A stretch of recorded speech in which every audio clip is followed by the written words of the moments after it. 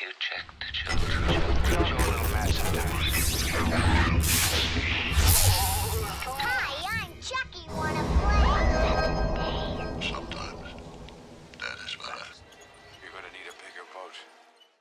Hey everyone, welcome back to the Horror Show. I'm Cecil Laird, Robert the Wolfman. and we're here to discuss Robert's most anticipated of 2025. Was it? Or... So it started off as most anticipated, and then it kind of faltered from there. Yeah, you got worried about it after we did the trailer reaction, and so yes, we're here to talk about 2025's Wolfman, directed by Lee Whannell, who has a great pedigree. He did the Invisible Man reboot that I enjoyed quite a bit. Same. And he did Upgrade, which I enjoyed quite a bit. I keep forgetting he was Upgrade. And And then- Upgrade was a solid movie. And then he did Saw too. So I never watched that one. well, you never saw Saw? Oh wait, Lee Whannell. Oh, that was him. Yeah. Oh, no, that's Saw. Yeah. Okay. Yeah. Yeah, that's Saw. Yeah. Saw. So yeah, you know, the one that has 10 installments. Yeah. Well, I've seen the first 3, maybe 4. Yeah, well, that was in the era he did it. So Fair enough. The only good ones then. But yeah, so I was very interested in this. The thing is, I've never had. I mean, if you guys have been longtime viewers of the channel, then you'll know I have a very slow drip series called Cecil versus the Universal Monsters, where I am watching them for the first time. I've only seen the first 4. And so I still need to watch the remainder of at least the first 6, all the way up to Creature from the Black Lagoon, and then probably the 6 beyond that, whatever's in my set over there. Yeah, because technically, the Wolfman is number 6. Oh, is it? Okay, yeah. So we jumped ahead for some reason. Yeah. Well, yeah, because we wanted to do a commentary. Yeah, we did a commentary for some reason. It was like a Robert's Choice, probably. Oh no, I think that was SK's thing. Well, Yeah, the maybe. Robert's Choice for Yeah, SK, yeah, I think. yeah. Yep. So anyway, we're here to discuss the new one, and I don't have the attachment to the original is the point I was getting at. So my thing with werewolf movies is I've never been that into the Wolfman, you know, like the man mostly, but just with wolf-like features. That's never been scary to me. Yeah. The best that's ever been done, in my opinion, was the 2010 Wolfman movie. True. I thought that was awesome with Very Benicio true. del Toro and Anthony Hopkins, right? Yep. Yeah. Yep. So I thought that was great. This one I was prepared for it to do its own thing based on the trailer, and my overall thoughts on it are, it was okay. It was worth seeing once, and in the theater was a fun way to do it. Yes. It's not one I'm going to be revisiting that often. I definitely preferred his Invisible Man reboot to this.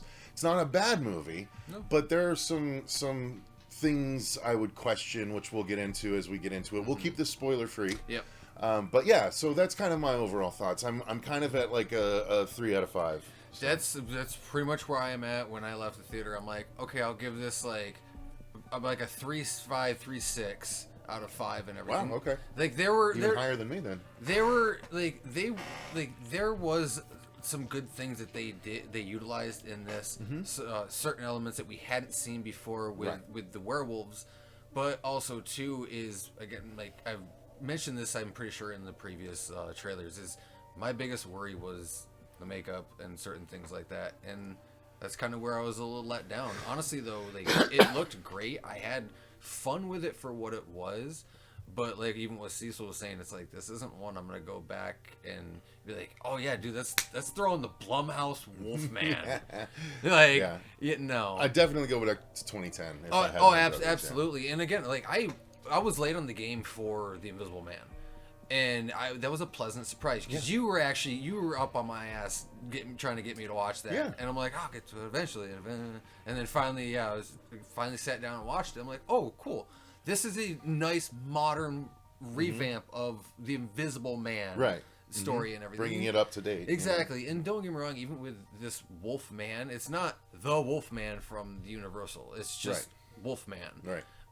And like, you know, it is set in the States here, up in Oregon, filmed in New Zealand. Beautiful locations. Oh yeah, it's all New Zealand. Beautiful locations. Yeah. Yeah, I did. That's definitely a bucket list trip. Is out to New Zealand. Oh yeah, I've wanted to go there. I want to go check out there some badly. And what's cool is actually one of the tour Hobbiton. Yeah.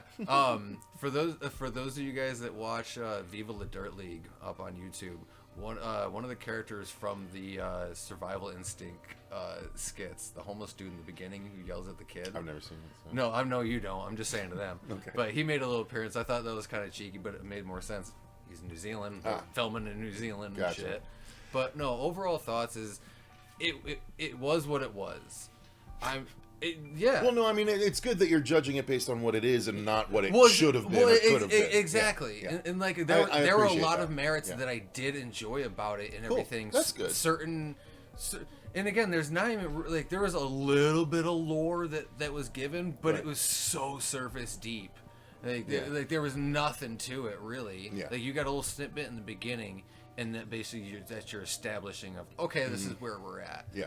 Which was fine enough because again, like they play off of. Well, it's kind of like a new thing. It's a new sort of origin of that thing. Well, right? exactly. It's okay that but it's it not plays like off, super well known. It plays kind off thing, of like the superstitions of like the people in the mountains and the Yeah. rural communities and things like that. Some Native American That's stuff. what yeah. that's what I kind I dig of that. made me appreciate a little bit more.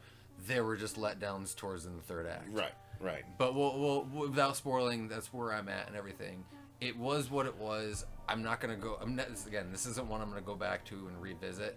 I might rewatch it 5 years down the line. Right, just like, oh, what was that like again? Yeah. Yeah.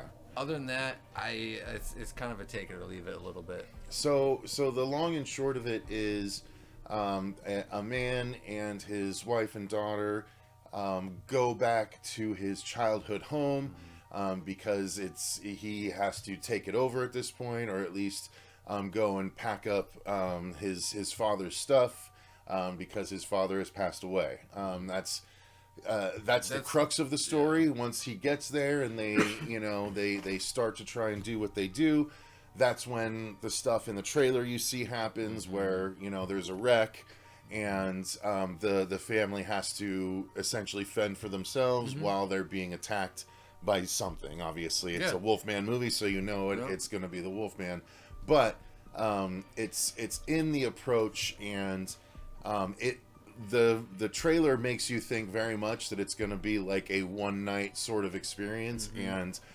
those feelings are accurate if you got them. But that wasn't a bad thing for me, because it actually lent credence to the pacing at which something happens. Well, exactly, because you are following the hours through the night, right, from when they arrive and are first the attacked, the accident and things like that. Too, yeah. No, those pacings were actually really nice.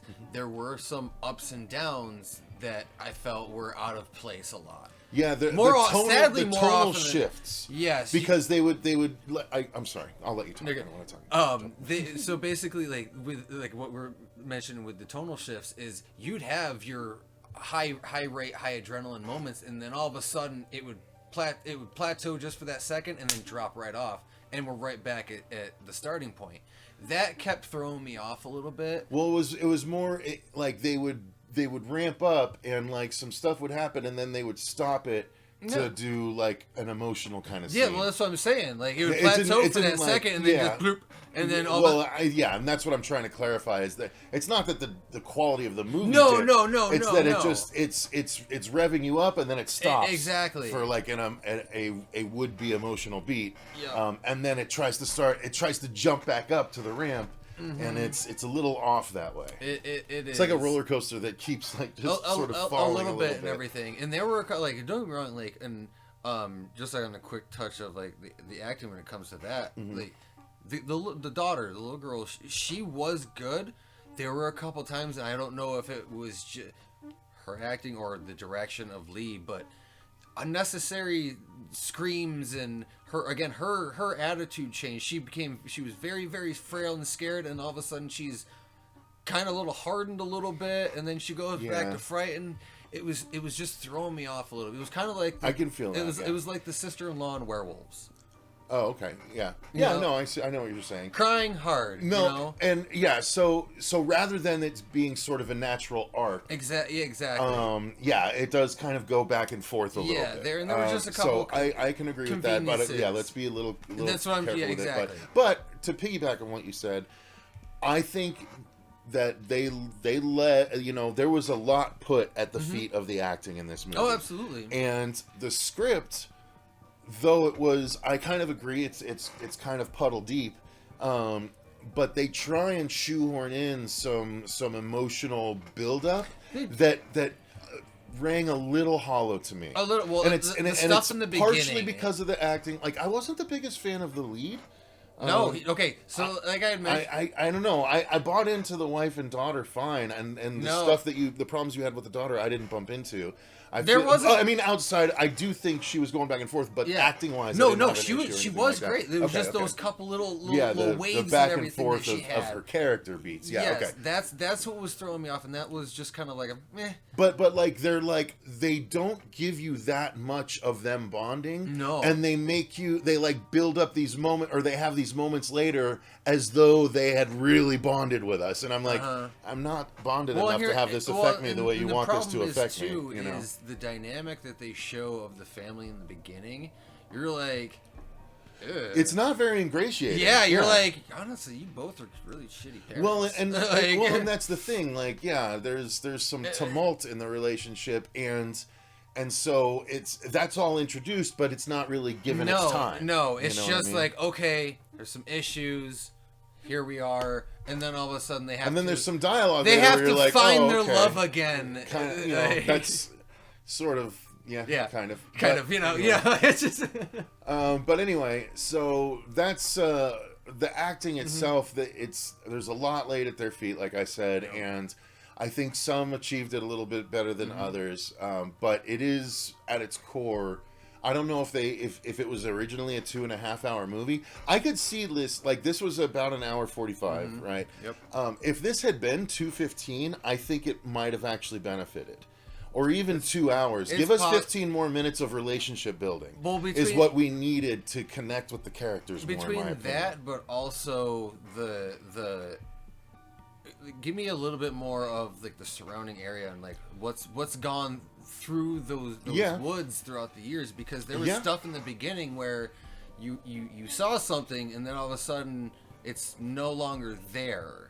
Like, it's not really talked about, but yeah. No, yeah. There could have been more given there. Yeah, I agree. Yes. I think they were probably trying to keep the budget relatively low on this It was one. a $25 million. Oh my god. Yep. Jesus. Yep. Wow, Yep. that's a lot of money for what we got. Location. I guess. Jesus, And then, though. okay, so on that note, so I'm going to segue over here real quick onto the cinematography and the sound. Yeah. Absolutely fantastic. And this is one thing I was not Sound I was incredible. not worried about was the look and the sound design. Even honestly, some of the score was pretty nice and it fit well, but the woodland sound designs you have, especially in that opening shot with the ants onto the hornet. Yeah. That shot right there was just it felt very well placed. Well, and even the sound design of the opening, like, logos. Well, yeah, you hear that little like rumble growl. Kind of, That's like, I dig on like that, those sound designs of what they did with the creature and your surrounding world basically. But they're the color grades of what Lee used in this, those. Like, not again, like, you had your light saturations, but they were very like greens and blues and grays. Like, they fit very nice. It wasn't hyper saturation. No, it wasn't like super bold. It was honestly coloring just and enough. stuff But like that. where the oversaturation came into was during one of the wolf things. Yes, right. Which let's not. I don't want. No, I'm not going to say that. He's referring to something he referred to earlier. Again, we're not going to spoil it, but they do actually do something that we haven't really seen. Or at least that I can recall. Yeah, I mean, maybe something similar. Yeah, well, I mean, okay, so we've util- seen something similar. Yeah, they've utilized that in certain other movies and everything. Right. Like, we got that in Hemlock Grove and things Sure, like that. sure. But the representation in this one was exactly really cool how they did it in this, I thought was superb. Yeah. Yeah, it was really, really neat, and unexpected. So that's nice. It was. You know? It was, and it made a couple scenes, especially one particular in the barn, really fucking creepy. Yeah, and yeah, settling. yeah, for sure. But I agree with you. I think what I liked about this is that it felt, kind of old school, but very modern in its sleek presentation, which I really liked. That's kind of what I want to go for with something that I'm working on, and so I appreciated that. So it felt kind of vintage while modern at the same time. The production design, though, I mean, the locations that they got, the look of the house, and the way they utilized the space, I felt like that was pretty cool. It was very singular. It was very cat and mouse, but they still. But they did it well again, and a lot of that was sound design heavy. It was, and that especially during a changing moment walking through the house, you heard it sounded like something was coming through the wall. Yeah, and when you got what that scene was, you're like, oh, that was cool. Yeah, and I really like that. And they do there was some moments that you would consider scary. I heard a few people say that was scary as they were coming out of the theater and stuff. There were some scares like what we've seen before, but there was, to me, a few times where they did something that they don't announce with a sound cue.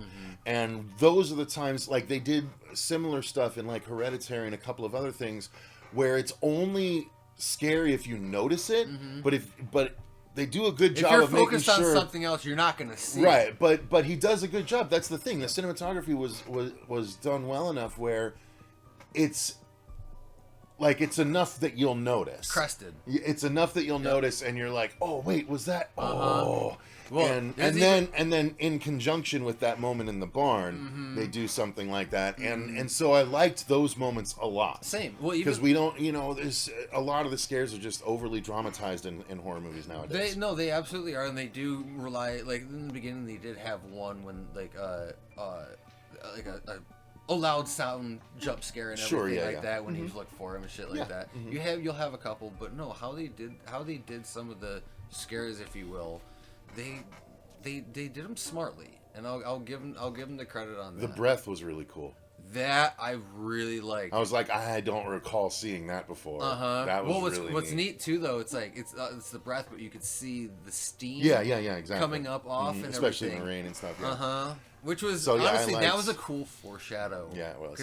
I dug. Yeah, so there's a lot to like. I think I agree with you now. I think it's a 3.5 out of 5. I was maybe a little harsh at first, but talking about it makes me appreciate these things even more. There again, yeah, because it's a very focused story. It's a very small story. So don't go into it thinking it's going to be like the Wolfman gets into the town and people are running and screaming or anything like that. No, it's a very, very contained story, but it does it well. That. Well, I mean, that's sequel time. I know. This is the Purge 1, one house, one story. Yeah. And then we can get what if Werewolves is just like the 10th Wolfman movie? Yeah, no, right. Right. But yeah, so I mean, I in talking about it, I think I enjoyed it even a bit more than I originally thought. Yeah. On to the effects. Yeah. So, where this movie was... This is where we might diverge a bit. Yeah, where this movie was severely lacking was the werewolf makeup. There were elements of the makeup that I liked, especially the eyes and a couple things like that.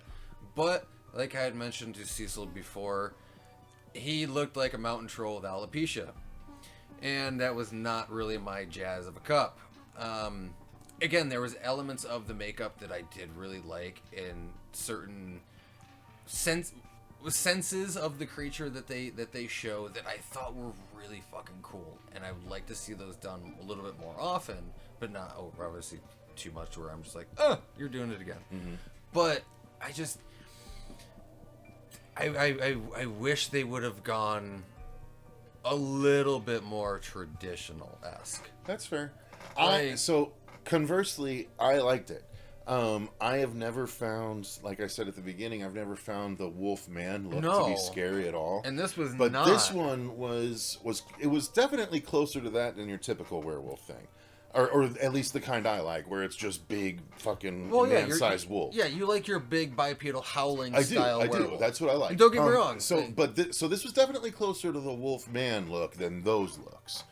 But I see what you're saying. But to me, what he did was he made it less like, okay, all the fur has to grow out of the side of his face, and made it more like a disease. No, that was the good utilization. That's what I'm saying. So I appreciated that, and it was still, to me, it's the scariest version of that kind of wolf, in my opinion. Like, none of the other ones, like the Benicio del Toro one is better, you know, than the original and stuff. But I would be more scared of this version because it's almost like the Wolfman. He has mange. The Hills Have Eyes version of the Wolfman. Kind of, yeah. He's an inbred wolf with mange. Kind of, yeah. Yeah, this is like, I don't know. It's just. But like, it was scary. When it wasn't bad. It's just. I wouldn't want to face it head on. Well, no, obviously, if you're in that actual situation, your butthole's gonna take a bite out of the seat. Yeah, I mean, like, that's I've never heard that. But, shit, no, lost what I was saying. The country bumpkin came out. Yeah, go ahead. But no, so like there were a couple things, like some things, like shots at least with the transformation. I'm like, okay, that was cool, but it didn't go anywhere. I'm glad I didn't watch that clip. Oh, I'm glad I didn't either, because I would have been even more disappointed than I already was. Yeah. It's just it didn't go anywhere. Yeah. It was like it started to, and then it's like nope. Yeah, because like they were already there, you know. Oh like, yeah, he was already 90% there. Yeah, so, but you know, but the effects were still done well. They were. Like you didn't like the design. That's the thing. No. But they still looked good for what effective. they were. Yeah, yeah. They absolutely were. And effective. the gore that we got. Well, so let's not say what. But there was one effect you found questionable that I didn't notice what you noticed. Oh yeah, That was during effect, a crawling scene. Yeah. Yep. So just that's as much as we'll say about it. Yep. But you found that whole scene to be funny. Oh yeah, I gotta go. And I could see why. And some people might, but it was enough that I was willing to buy into. I get that, especially with it was a stretch with what they did, because of, again, it's that feral animal in a trap. Right. So I get why they did what they did. Yeah. And they showed it earlier on. Right. Which I'm like, okay, cool, but that maybe gave me a nice little throwback to Evil Dead. Sure. Okay. But let's no, I get that. That's all I'm saying. Okay. But there were some nice nods that I did notice from other werewolf movies and certain bird's eye shots where I'm like, oh, I recognize that. That's a cool little homage to that. And it looked, again, like this movie was beautiful.